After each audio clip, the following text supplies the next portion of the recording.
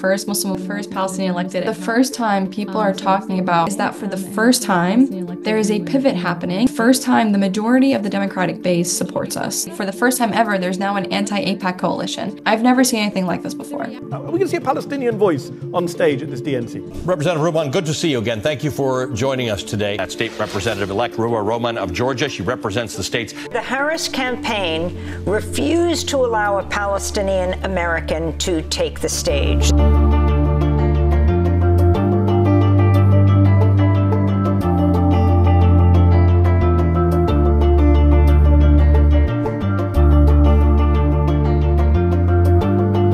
History, I became the first Muslim woman elected to the Georgia State House, so state level, and the first Palestinian elected anywhere in the entire state.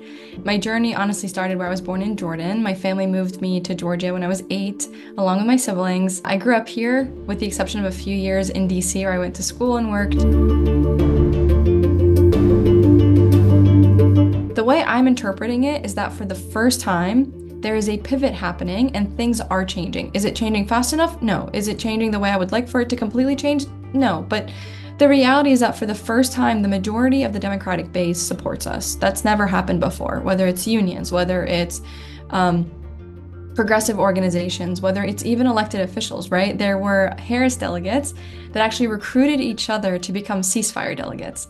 There's now 300 of them around the country who are party leaders, they are influencers in their respective states who are now saying, I'm holding the line on this. And so the way I interpret it is that for the first time, we have a party where a sizable, portion of it is pro-Palestine, and my goal is to protect that coalition first and foremost and use it to drive out AIPAC and DMFI and others who have taken over.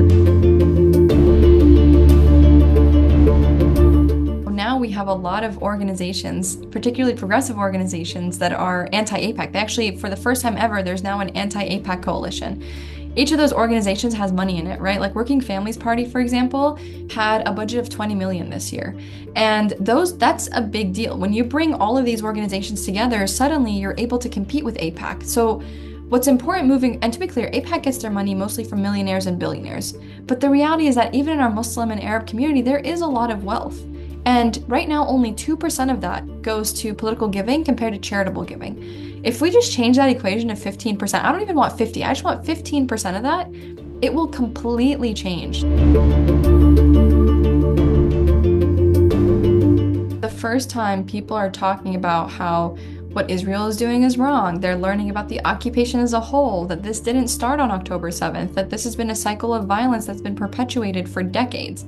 And I think what it's doing is it's actually building a solid base now of people who very openly talk about this and no longer feel like they have to be silent. And that's huge. The first step to anything is making it okay to talk about an issue. The next step is organizing on it. And then the next step after that is building power to influence politics about it. And so I personally think that as more and more voices learn about this issue, as we break the DC bubble, I do think eventually over time this will significantly change because it's not sustainable, right? It's not sustainable to keep supporting a fascist right-wing government with our weapons, with our money.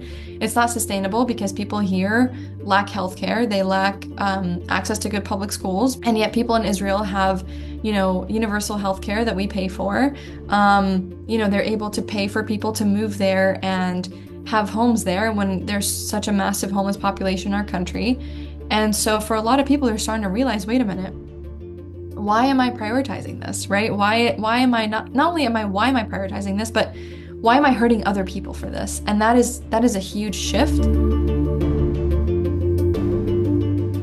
The majority of elected Democrats, the majority of them, chose to boycott his speech, including the vice president. That to me was a really good sign. I've never seen anything like this before. And what I tell people is that if you actually compare previous bills as it relates to weapons to Israel, and you look at the vote count, the number of Democrats that have actually been voting no has gone up like this, right? It's exponentially increasing, because it used to be Seriously, look it up. It used to be like maybe 5 people in the Senate, maybe 20 people in the House. Now it's bare minimum 76 people are voting no on these weapons, right? 168 of them chose not to attend this speech. To me personally, I'm seeing a path to growing a coalition and a path to growing to eventually become the majority opinion.